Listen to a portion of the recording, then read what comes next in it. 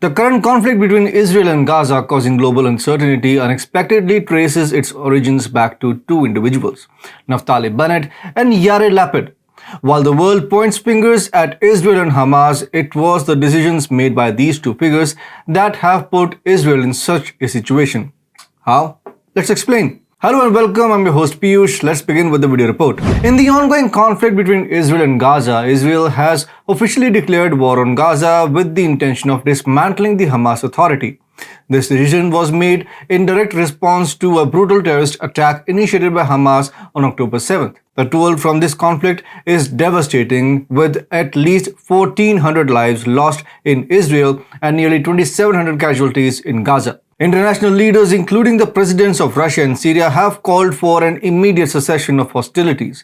Meanwhile, the UN Palestinian Refugee Agency (UNRWA) has faced challenges in providing humanitarian aid due to the restricted supplies in Gaza. Israel's military has been issuing evacuation orders urging residents of northern Gaza to relocate southward.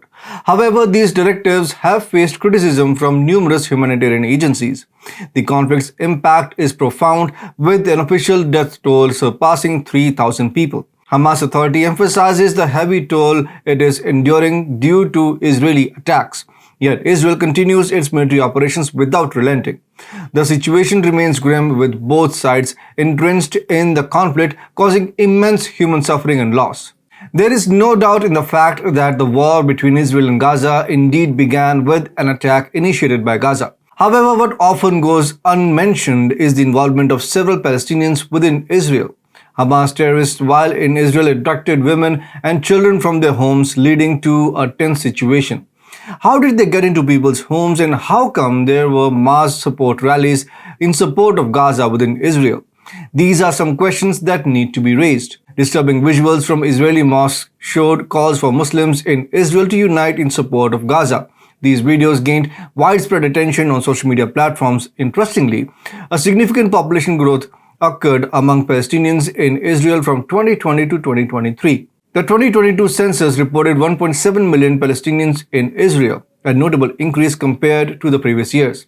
This growth coincides with a period of political uncertainty in Israel during 2021, indicating a shift in the country's demographics and potentially influencing the dynamics of the conflict. The significant increase in the Palestinian population in Israel from 2020 to 2023 marked a notable demographic shift, especially considering their comparatively lower numbers in 2019.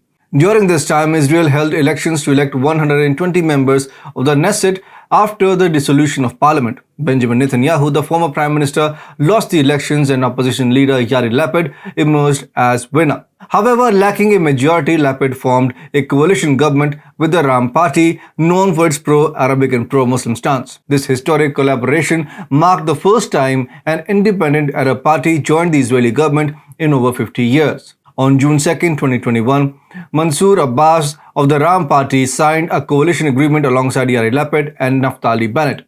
Naftali Bennett subsequently became the Prime Minister of Israel. It is within Naftali Bennett's association with the Ram Party that the core issue lies, serving as the starting point of the escalation. The Ram Party, distinct in its approach, emphasized political engagement within Israel to enhance the lives of Arab Israelis concerning issues like crime, employment, housing, and infrastructure. While other Arab parties often focus on the Israeli-Palestinian conflict, Ram supports the two-state solution, advocating for a Palestinian state in the West Bank and Gaza Strip, with East Jerusalem as its capital. In 2021, Yair Lapid outlined a plan for long-term settlement between Israel and Gaza, aiming for Gaza's reconstruction in exchange for the disarmament of Palestinian factions.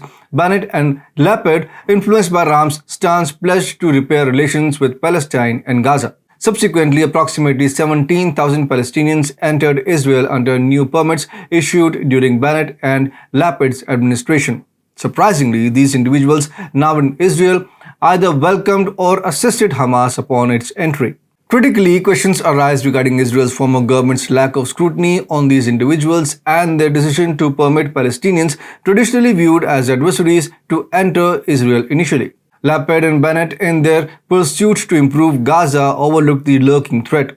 Hamas exploited internal openings they created, leading to renewed conflict.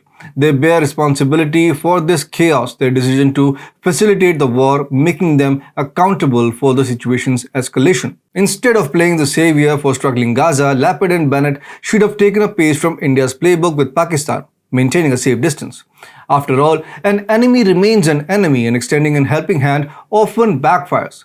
Now Israelis and Netanyahu have to pay the price for this hard-learned lesson.